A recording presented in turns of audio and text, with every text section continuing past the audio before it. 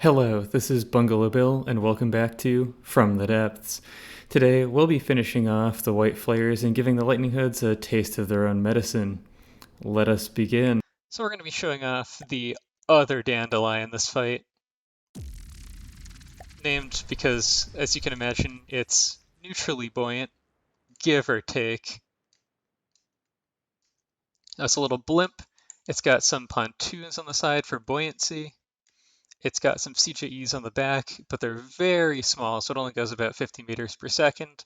A little bit of greebling on top. I want to do something with this back end, but I haven't figured out exactly what it's going to be yet. It's walkable from the front, so I want to pretty it up in some fashion, but haven't figured out exactly what it is yet. It fires high explosive time fused shells, railgun to give it speed, but the only shell components are high explosives out of 1 meter autoloaders. And then it's got 4 HESH missiles on each side and some decoys on the back. We'll probably stay far enough out. It's currently designed to fight at 1 kilometer. Haven't really tuned the engagement range yet. We'll probably stay far enough out that these missiles can't get to us. I don't know how long range they are. Doesn't tell me how far the enemy is away from me. That's really hard to guess. Probably 800 meters. So we're giving that light ally a nice shelling from this range, which is a little under 1 kilometer. We're probably going to start backing up soon. I can see our reverse thrusters have fired because my engine power's dipped. Without those reverse thrusters firing, there's very little engine power required. Yeah, we're backing up to 1 kilometer again. Some of these missiles are going after our decoys. They're small missiles, so we're going to use our missile interceptors, but we're not going to use our CWIS. This main gun does double as CWIS. It's one of the reasons I went for high explosive, because I want it to still be effective against enemy vehicles, and I was having trouble getting decent projectile kills with kinetic rounds, even though I do use them on other craft. I also kind of intended to fight the Deepwater Guard and some other similar early game vehicles, so the high explosive was pretty effective against it. Against white flayers, lightning hoods, steel striders, that sort of thing, these HESH missiles do help a lot. Just that one high explosive cannon isn't quite enough. You can see they have turning thrusters on them the way that they're coming in, so they still are agile enough to catch up to some reasonably fast vehicles. They've also got APN guidance on them, rather than either nothing or target prediction. I was using target prediction at first, but then I got massacred by a Volt because I just couldn't hit it. So, dealt over 500,000 explosive damage. This thing doesn't have the most health to it, so 75% hit points. And despawning due to low health because it has scuttle settings on it. We'll watch that crumble. Pick up our spoils. Listening. Moving out. Moving out. And then go back to defend. Unfortunately, this crippled skate is going to have to do the defense. I say crippled, it's not that bad. Receiving. I wish I remembered which side it was that was damaged, so I could put it in the correct broadside. I'm going to assume it's the right side that's crippled, because I almost always fight left side or right side broadside. Perfect. However, we just might get chargered because we're not fast right now. Usually the White Flayers vehicles have a lot of trouble actually getting to you. Like, the designers got 95% of the ramming vehicle down, and the last 5% just doesn't quite get there. Something this small, as soon as it takes EMP damage, is not expected to do that well anyway. But I notice a lot of vehicles like the Sin Eater tend to have a lot of trouble actually connecting even if I don't do damage to them. Part of that's probably that the ramming AI is very bad. I want to make ramming vehicles at some point, but Receiving. I haven't gotten as far as Moving now. making the breadboards to actually do it. Looks like I took about another 2% damage. Let's accelerate time so we can get some more capturing done. Then I'd like to take some more resource zones so I can scrounge together enough resources to build something that can kill the Gorgon in a reasonable amount of time. The Gorgon's resource zone, yeah, 125 growth per second, so still more than we have, but not by much. 94 per second, so this one's actually pretty good. I want to take it before they drain too much from the reserve. 15 minutes to the next meeting, so that's coming up soon. This guy's done, so we can start a capture. These captures are still going to be going on during the meeting. Let's see. Okay, so this can capture by itself, so I can leave both of these craft, or move both these craft away if I want to. Moving out. This one's not going to get to this resource zone by the next council meeting, Moving out. but I'm going to start anyway. I'm just going to make sure that I stay at war with the white flayers. And we'll accelerate time. That'll get us to the next council meeting in under, well, about a minute and a half real time. And we'll wait. This first one's coming in at 2 hours, which is earlier, and I own much less than I did when I got offered the 2.7 million mats, which was for an easy spawn. And it was when fighting the Deepwater Garden Onyx Watch, so we'd already almost killed both of them at that point. Although, that time I was playing with the rule that I can't attack things that are not in territory that I can build on. This time, I have not been playing by those rules. I've been just running out and killing things. But I was being polite. The devs are getting more aware of your ability to commerce raid and just go out and murder the AIs. I don't know how much they'll do against these sorts of strats. I do think that these fortifications should be a little bit more capable, and in higher difficulty settings, you should get better fortifications. So maybe Flayed Monastery only in easy, then give you something else in medium. Wouldn't want them to have to build a ton of every fortification, so maybe just 2 of each, but would be nice. You can fight something a little bit better than the Onyx Throne or...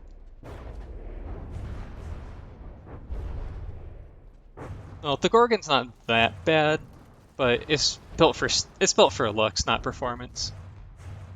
It does okay given the fact that it's built for looks. It also suffers from the fortress problem that not being able to move is a big penalty in From the Depths. I say that, but I'm using a blimp.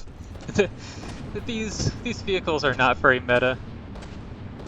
You can see this could be much smaller. You could shave off these pontoons and all this buoyancy space in the back. It would massively reduce the size of this vehicle, so it'd be much harder to hit. And rather than just sitting here and taking damage, it could move around evasively. The advantage of sitting there is that it can use smoke pretty effectively. But the disadvantage is it gets hit by everything. We haven't seen the new cram cannons yet because we've just been fighting the white flayers, but I've got APS guns that shoot slower shells than the new crams, so they can very easily hit slow moving airships like this, and I can't even make it dodge vertically because it's lighter than air, so I need thrusters pointing upwards to push it down, and I'm not going to waste engine power on that. Part of the purpose of this one is it's pretty economical in battle. Materials are going down a bit fast while it's burning materials for the turbines to power these rounds. And maybe I should have spent a little bit of extra volume, give myself some more efficient turbines. I might still do that. I might be able to fit bigger ones in. Moving out. Moving out. Well, soon I might take this down, but 6 minutes to the next council meeting. I'm going to start capturing another zone with the skate, but there's a very real chance that, well, it takes more than 5 minutes to capture a zone. The Dark Hammer. Okay, so I don't have anything that can fight the Dark Hammer. I will admit that much. But I don't know what the Dark Hammer is planning on doing here. Now, it can probably attack me from that range, so I might have to give up this capture on land because of the Dark Hammer. Listening. A little bit unfortunate, but I think that's just how it is.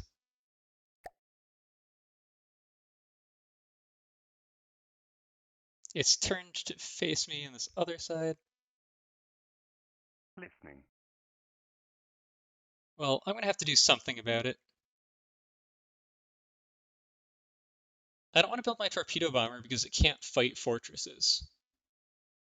Lead a war against the white flayers. This will cost you 1.5 million commodities. Okay, so I don't think I can afford that. Just gonna level with you here. Who do I have to pay? I have to bribe the Lightning Hoods 2.8 million commodities. Now, this is 2 hours into the game. I have no commodities. There's a 0% chance that I can get 1 million mats onto a structure at this point. Even if I captured everything I was fighting against in the white flayers, I would not have 1 million commodities unless I captured the Gorgon. All right, so I'm seeing some juicy commodities here.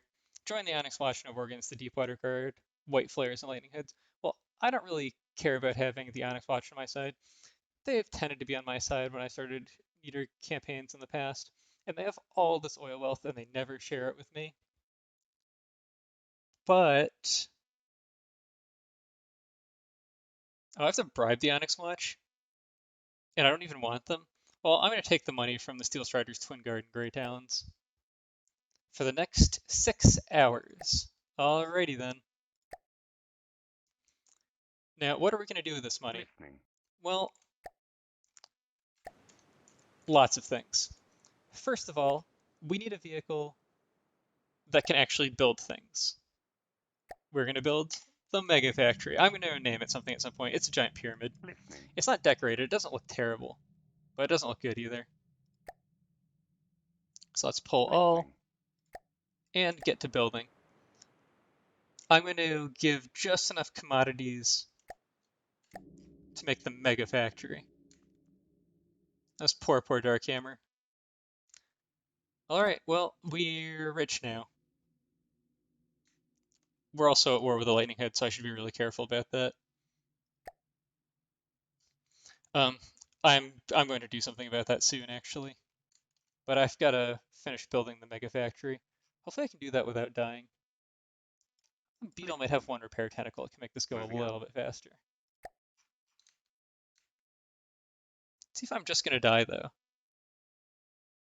8-8 is probably not me, so I'll let them do that. Alright, we've given it a few minutes. How's our Mega Factory coming along?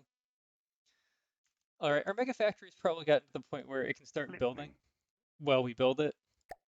So let's go here, and let's dump in our commodities into the Mega Factory. Achievement progress, and the Lord giveth the way. Yeah, so I don't usually deal with commodities at this level before. Achievement unlocked, and the Lord giveth the way. Alrighty. I haven't seen that relationship tracker come up in a long time. Well, anyway, now that that's happened, we're going to build in something to give the lightning heads a taste of their own medicine, the Ra. Now, you can probably guess what it is based on its name. It's a giant laser ship. Listening. Make sure that this is marked as a creator. I'm going to set its supply chain levels up a bit because I intend to make the Mega Factory a hub for resources in the future. Listening. It can build quite a bit faster than that. We must just not have enough repair tentacles built into it yet. There we go. Got more resources on board than I really want. But I'm not going to fix that right now. Where did the dark hammer go? Oh, it's Chujin, isn't it? Altitude, 48 meters of 1 meter. Yeah, okay. Moving out. Actually, Moving out. let's build a water skimmer that has torpedoes.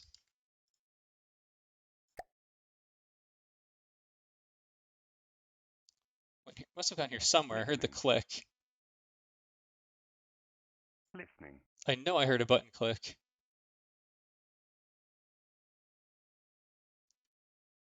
Well, let's try again.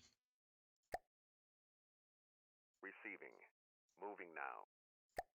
This should build in 2 transfers of resources. There we have it, a water skimmer with torpedoes. All right, Listening. let's save again just in case we explode, as has a tendency to happen.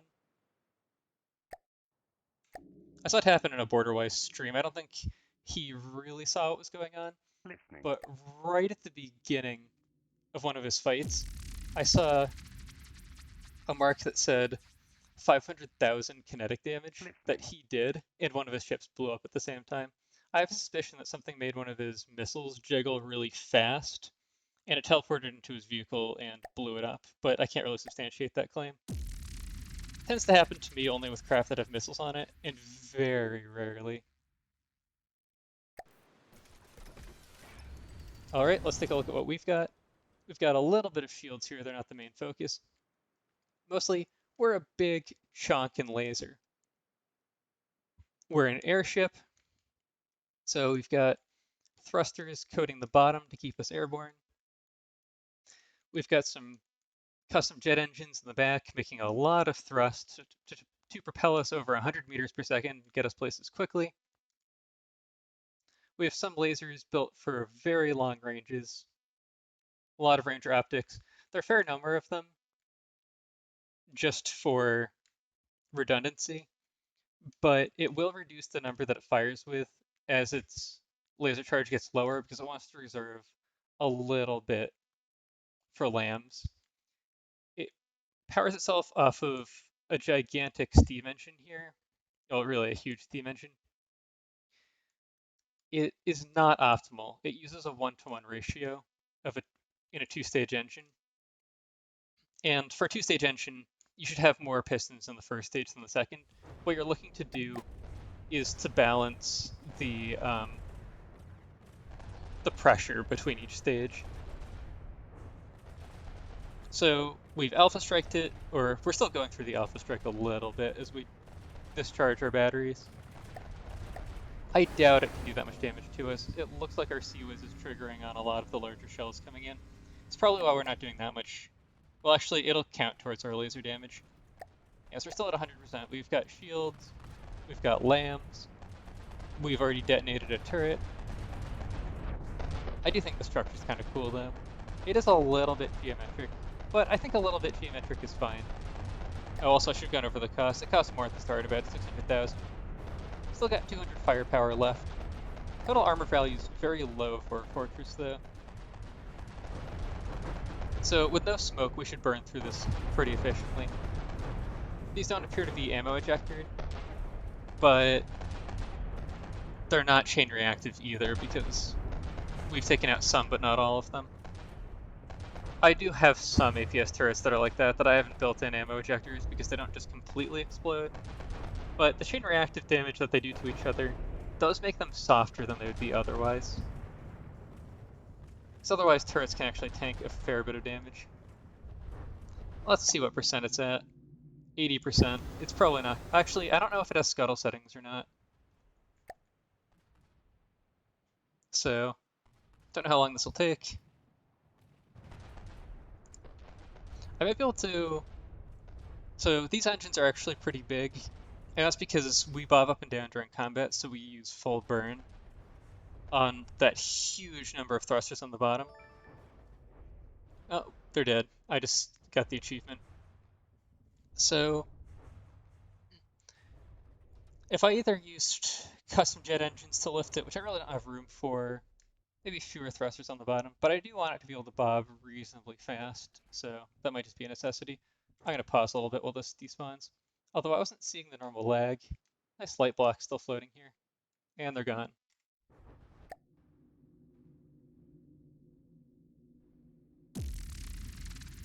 Okay, their psychosis has been ended. Listening. Let's pick up our Moving out. materials. Moving out. And, well, what do they have here at White Flare territory? Not a lot. That's unfortunate for them. It really is. Alright, I don't have to deal with the dark hammer anymore. Receiving. What does that mean for me? It means Moving now. that other dandelion might just be too slow. I might just start doing capture with it. I'd like to bring it in to help, but it's half the speed of these other vehicles. Receiving. I said it's half the speed of these other vehicles. Listening. Let's take this beetle, Moving out. get it out here. Listening. Listening. I'm going to spawn in a few more, say 5, Listening. get these constructing. Listening. These should all be creators. Listening. It's going to be a bit of mining before they're done. But that's okay. Set the time forwards a bit.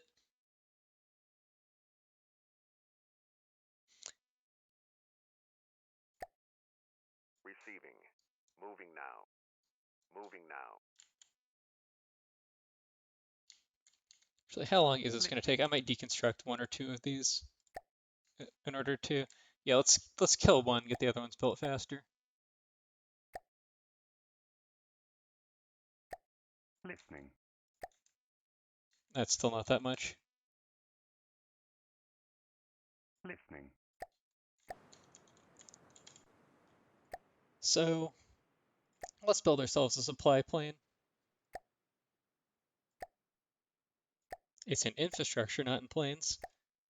The supply plane is sworn to carry our burdens. It's a wide one. That's a Deddy blade sticking out the side. I got impatient at how slow the previous one was moving.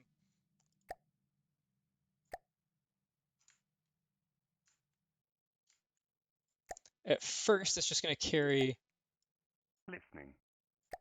still 52%. Listening. At first, it's just going to carry a bunch of resources up here. Moving out. But later on, we'll do some other things with it. Listening. Or by other things, I mean use it for its actual purpose. Moving out. Listening. 48%. Well, these 26,000 resources will get a little bit further there. Receiving. Now, this can be a very slow fight. I'm probably going to skip through most of it because there are sub-vehicles for the Quartzstone Fortress which spawn above it, and they cause massive amounts of lag. Receiving. Neither of our vehicles have laser defense, but the Quartzstone Fortress doesn't do much damage. I do think that for the easy difficulty, because the Quartzstone Fortress is not very good, it's not designed to be good, isn't very good, but for the easy difficulty, they should make a smaller version that is more performance friendly. Let's take a look at it though before it takes too much laser damage. We're not running much more slowly than normal, actually that's pretty much full speed, but once we take out the tractor beams that are holding up these little pods, we're going to see some ginormous slowdowns. Actually, we're still having some performance issues. We should be able to handle vehicles that are this big, but these bounding box clashes can cause some issues, and it gets worse as they get closer. Maybe the tractor beams are stopping it to some extent, but I think there's still collisions checked with tractor beams. So we've taken a little bit of damage. I don't know if they have really other vehicles that are going to be fighting us. I think I saw one somewhere. Not the current. Alright, they've only got currents then, so we're just taking damage from the Quartzstone Fortress, which is already down to 88%. Alright, so we're not seeing a horrendous slowdown given this, but probably be running a bit better otherwise. Oh nice, we sniped these. I've had some very slow fights where we haven't sniped them and instead they drop down. but fortunately we're using the raw so that it can just tear apart little targets like this efficiently.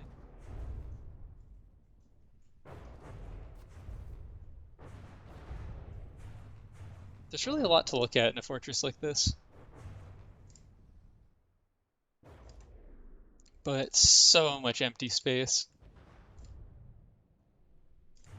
I do think that just one wing of this would be enough, and I could, cram all the damage and things from this into one wing and have it not slow down the game as much. Okay, now it's dead. I just got the achievement. Let that despawn a little bit while it's paused. Look at this absolute spire of laser components. And watch its materials slowly drain down.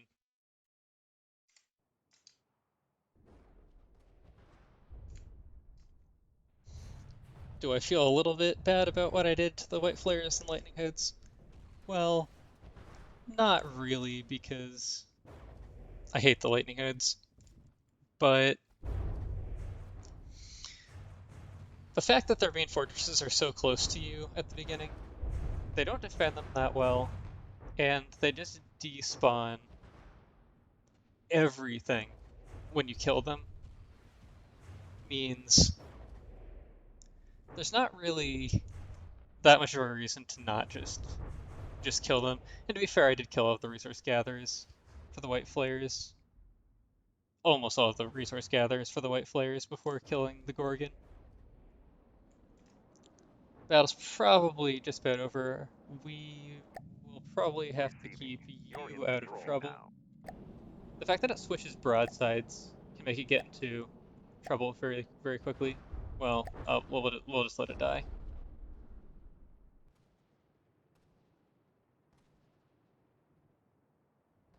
It's not that important anyway. I really just built it to fight the Dark Hammer. Oh, it barely lived. Oh, well, now it's sinking. It has no hydrofoils left. Womp womp.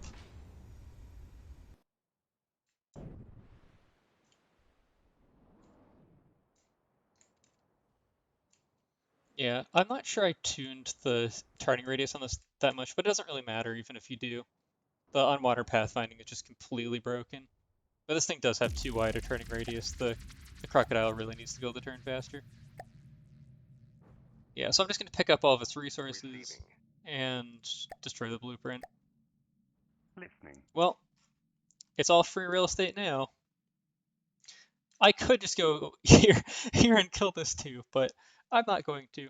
And I'm just going to sit back Moving out. and put resource gatherers on all of this and capture as much of it as I can. Other people are just going to go and capture all of the stuff that I worked hard for, although this may or may not have been neutral. The Golden Trench usually is, and the fact that it is being taken now means that I'm going to have to try and kill the Twin Guard next. But it's a long time before the next council meeting, so we'll see what happens with my capturing and with a Deepwater Guard. But I may just start a war with the Twin Guard. Now, I wouldn't have taken out these fortresses, except I just got paid such a massive amount of money to just build a vehicle to kill them with. So I did. It might not be the most fun way of settling it, but I want to try out the beta diplomacy, and there's no real reason to take a million mass from the diplomacy screen and then to just sit on them and not use them. So I had to use them, sort of demonstrate what kind of balance that amount of materials this early in the game meant, and see how that would go for me. Now we'll see how much of this I actually get to retain and how much gets taken, but hopefully I'll get a reasonable number of these material sites.